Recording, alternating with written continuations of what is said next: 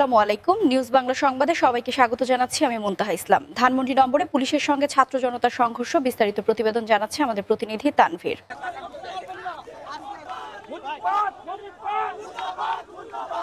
পলাতক প্রধানমন্ত্রী শেখ হাসিনার বিরুদ্ধে মানবতাবিরোধী অপরাধের মামলায় রায় ঘোষণার দিন উত্তপ্ত হয়ে উঠেছে রাজধানীর ধানমন্ডি ৩২ নম্বর এলাকা। সোমবার দুপুরে শেখ মুজিবুর রহমানের সাবেক বাসভবন অভিমুখে বুলডোজার নিয়ে প্রবেশের চেষ্টা করলে ছাত্র জনতার সঙ্গে পুলিশ ও সেনাবাহিনীর ধাওয়া পাল্টা ধাওয়া ও সংঘর্ষ হয়। পরিস্থিতি নিয়ন্ত্রণ আনতে পুলিশ টিয়ারশেল নিক্ষেপ করে। সংঘর্ষে ২ পুলিশ সদস্যসহ বেশ কয়েকজন ছাত্র জনতা আহত হয়েছেন। সরেজমিনে দেখা যায়, সোমবার দুপুর ১২টার দিকে ট্রাক করে দুটি বুলডোজার মিরপুর রোডে ধানমন্ডি ৩২ নম্বর সড়কের মুখে এসে পৌঁছায়। এ সময় কিছু তরুণ বুলডোজারে উঠে স্লোগান দিতে থাকেন। শেখ হাসিনার রায়কে কেন্দ্র করে জুলাই স্মৃতি সংরক্ষণ পরিষদ সহ বিভিন্ন ছাত্র সংগঠনের কর্মীরা এই বুলডোজার নিয়ে আসেন।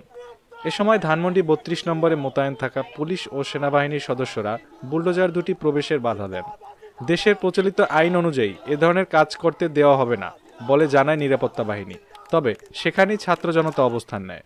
বেলা ১টার দিকে বাধার মুখে ছাত্র জনতার সঙ্গে আইন শৃঙ্খলা বাহিনীর সদস্যদের ধাওয়া পাল্টা ধাওয়া ও ইটপাটকেল নিক্ষেপের ঘটনা ঘটে। এক পর্যায়ে পুলিশ ছাত্র জনতাকে ছত্রভঙ্গ করতে টিয়ারশেল নিক্ষেপ করে। সংঘর্ষের পর পুলিশ বুলডোজার দুটিকে হোটেল এরামের বিপরীতে সরিয়ে দেয় এবং কঠোর নিরাপত্তা বজায় রাখে। পুরো এলাকা জুড়ে বিপুল সংখ্যক পুলিশ, র্যাব, বিজিবি ও সেনা সদস্যের মোতায়েন রয়েছে।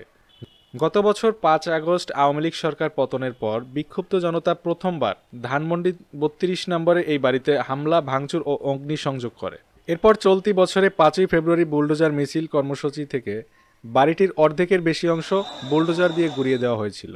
পলাতক প্রধানমন্ত্রী শেখ হাসিনার মামলার রায়কে কেন্দ্র করে তারা ফের বুলডোজার নিয়ে আসার চেষ্টা করেন। আন্দোলনকারীরা বাড়িটিকে ফ্যাসিবাদের আস্তানা, ফ্যাসিবাদের আতুরঘর আখ্যায়িত করে সেটি গুঁড়িয়ে দিয়ে নিশ্চিহ্ন করার দাবি জানিয়ে আসছে।